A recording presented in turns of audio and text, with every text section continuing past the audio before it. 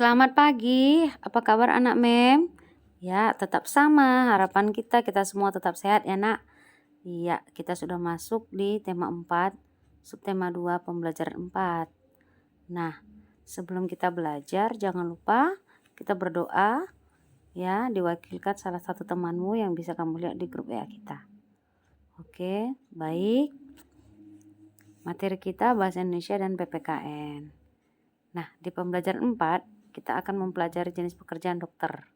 Sikap apa lagi ya yang harus dimiliki oleh seorang dokter? Siapa di sini anak Mem yang memiliki cita-cita ingin menjadi dokter? Pasti banyak ya. Kenapa kamu suka menjadi dokter? Iya, karena kita melihat bahwa seorang dokter itu hebat. Dia bisa menyembuhkan orang sakit. Dengan seragamnya yang putih, dia terlihat keren ya. Nah, jadi siapa anak Mem yang memiliki cita-cita menjadi dokter? Rajinlah belajar. Begitu juga dengan yang lain. Jika kamu memiliki cita-cita, iya, capai cita-citamu dengan cara belajar dengan sungguh-sungguh. Nah, dalam suatu pekerjaan kita harus memiliki sikap-sikap yang positif.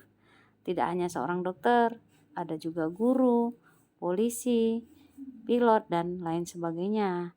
Mereka harus memiliki sikap-sikap yang baik. Nah, kira-kira sikap apa saja?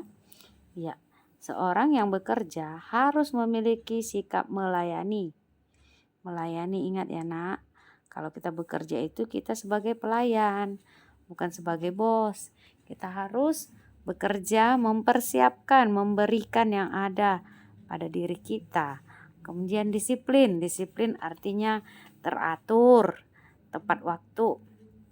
Jangan suka terlambat, jangan suka malas-malasan, mengerjakan tugasnya sesuai dengan waktu yang diberikan. Jadi teratur. Kemudian rendah hati, artinya kamu bersikap ramah, sopan, dan tidak sombong.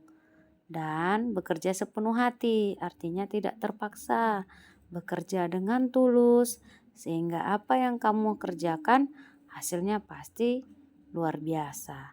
Coba kalau kamu bekerja bersungut-sungut, atau terpaksa, atau merasa aku aja, atau merasa banyak kali kerjaanku. Nah, itu akan membuat kamu tidak sepenuh hati, tidak ikhlas. Jadi hasilnya pun asal jadi. Maka setiap orang yang bekerja harus memiliki sikap-sikap tadi supaya mereka menghasilkan pekerjaan yang baik, pekerjaannya selesai dengan baik, dan dia menjadi seorang yang dihargai. Maka kita bisa mempelajari nilai tersebut dari seorang dokter yang bekerja untuk masyarakat berdasarkan pembelajaran hari ini.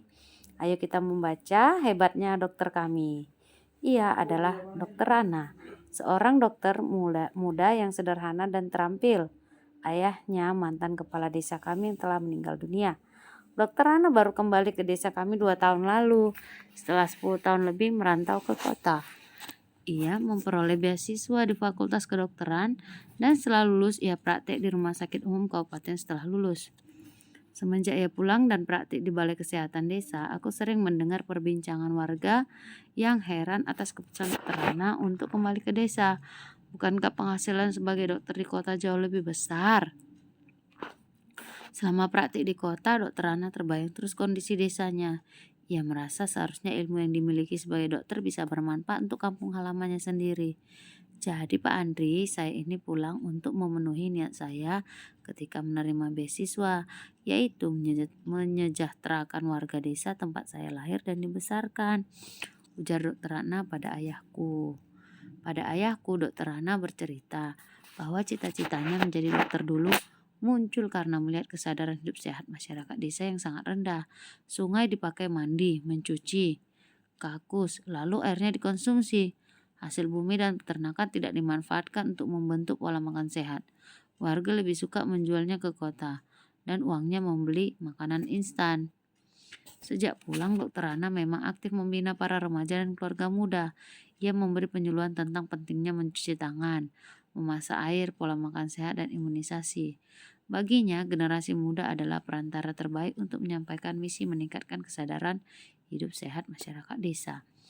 Sebagai anak kepala desa, Dr. Rana sering mendengar cerita almarhum ayahnya bahwa banyak warga takut berobat karena tidak mampu membayar.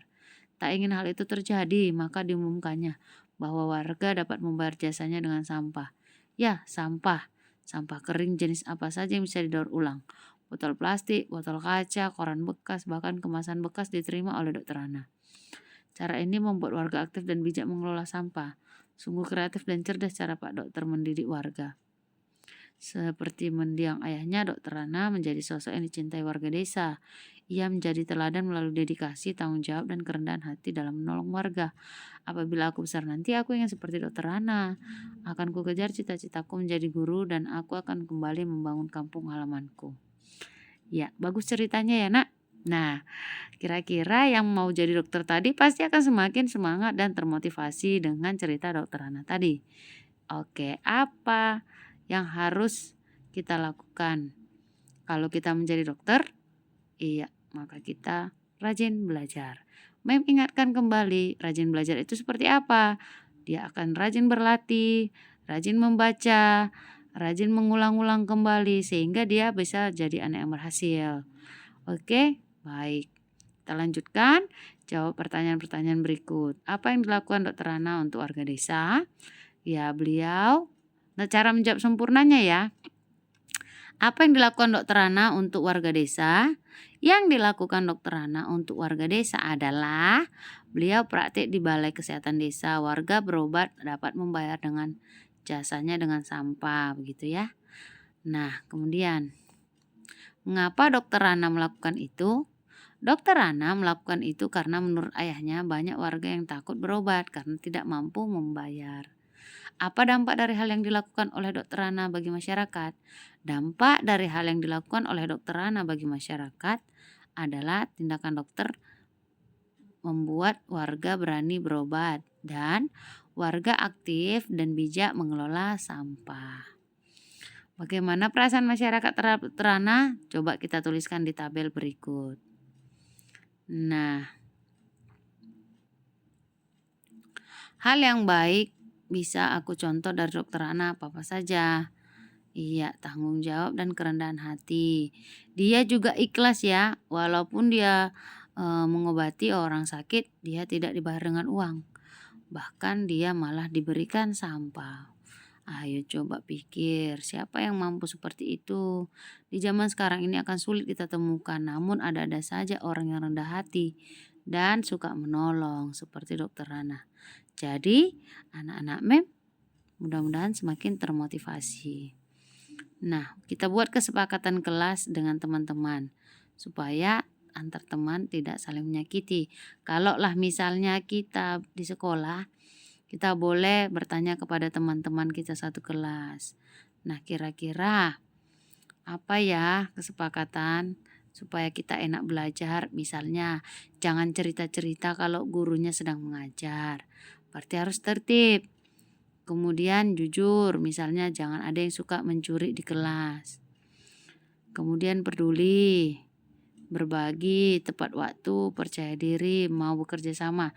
Artinya kesepakatan-kesepakatan itu isinya tentang sifat-sifat baik atau positif yang berguna atau bermanfaat serta membuat teman-teman atau seisi kelas akan menjadi lebih nyaman dalam belajar.